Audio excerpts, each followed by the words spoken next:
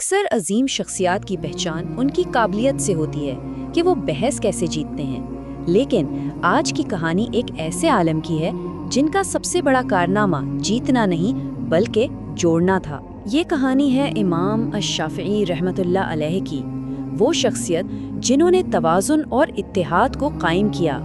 ذرا سوچئے، کیا یہ ممکن ہے کہ ایک انسان دو بالکل مختلف بلکہ ایک دوسرے سے ٹکراتی ہوئی دنیاؤں کو ایک ساتھ ملا دے؟ یہی سوال امام شافعی کی پوری زندگی کا مرکز تھا۔ ان کی جستجو ایک بہت بڑی فکری تقسیم کو ختم کرنا تھی۔ تو چلیے پہلے اس زمانے کے ماحول کو سمجھتے ہیں۔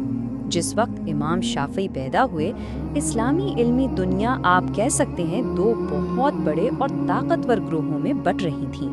تو ایک طرف تھا عراق، یہاں عقل کا زور تھا، منطق اور قیاس سے قانون کو وسعت دی جا رہی تھی، بالکل ایک جاسوس کی طرح جو اشاروں سے نتیجہ نکالتا ہے۔ اور دوسری طرف تھا مدینہ، روایت کا گڑھ، یہاں ہر قدم پیغمبر کی زندہ سنت کی روشنی میں بہت احتیاط سے اٹھایا جاتا تھا، جیسے کوئی تاریخ دان صرف سب سے مستند ثبوت پر ہی یقین کرتا ہے۔ یہ دونوں دنیائیں ٹکراؤ کی راہ پر تھیں اور امت کے مزید بکھرنے کا ایک شدید خطرہ تھا۔ لیکن امام شافعی نے کیا کیا؟ انہوں نے ان میں سے کسی ایک کو نہیں چنا، بلکہ انہوں نے فیصلہ کیا کہ وہ دونوں راستوں کو سمجھیں گے اور دونوں میں مہارت حاصل کریں گے، اور بس یہیں سے ان کے عظیم سفر کا آغاز ہوتا ہے۔ ان کی شروعات دیکھیں، پیدائش غزہ میں، پرورش مکہ میں، مالی طور پر غریب تھے لیکن ہمت اور عزم میں ان سے امیر کوئی نہ تھا۔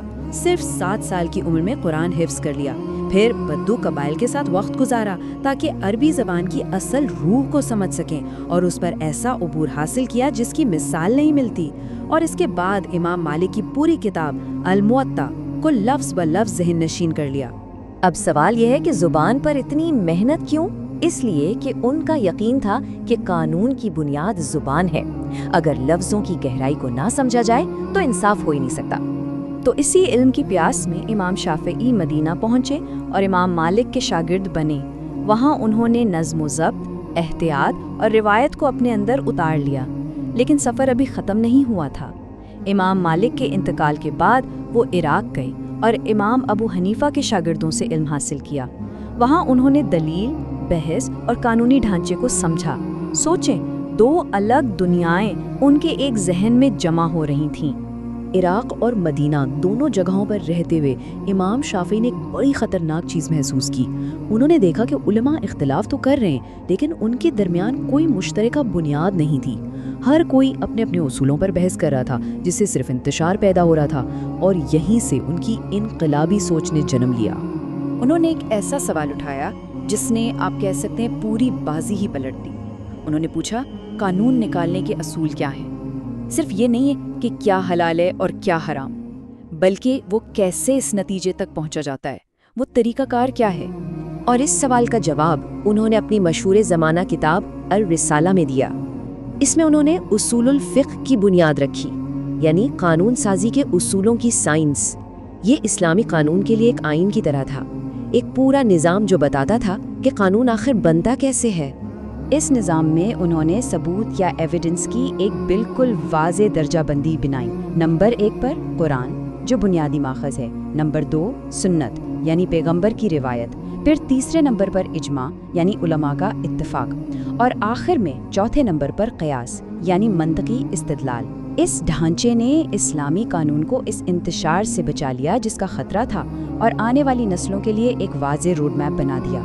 لیکن امام شافعی کی کہانی صرف ان کے علم کی نہیں ہے، ان کی ذہانت کے ساتھ ایک اور بہت گہری چیز جڑی ہوئی تھی، اور وہ تھی ان کی عاجزی۔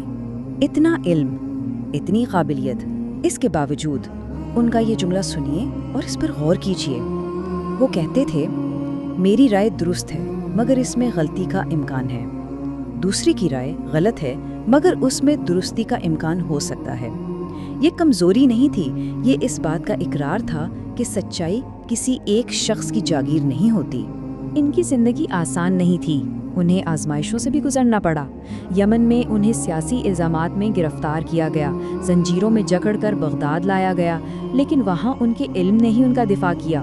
بعد میں جب وہ مصر منتقل ہوئے تو وہاں انہوں نے نئے ثبوتوں کی بنیاد پر اپنی ہی پرانی آراء پر نظر ثانی شروع کر دی۔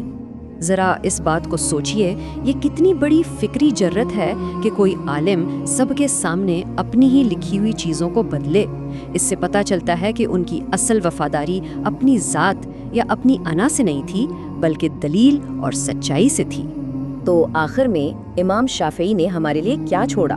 ان کی میراث صرف چند کتابیں یا فتوے نہیں ہیں، ان کی اصل میراث اتحاد اور ہم آہنگی کا ایک ہمیشہ رہنے والا سبق ہے۔ دیکھیں، امام ابو حنیفہ نے استدلال یعنی ریزننگ کو مضبوط کیا، امام مالک نے روایت کو بنیاد دی، اور امام شافعی انہوں نے ان دونوں کے درمیان ایک پل بنایا، انہوں نے ان دونوں کو ملایا۔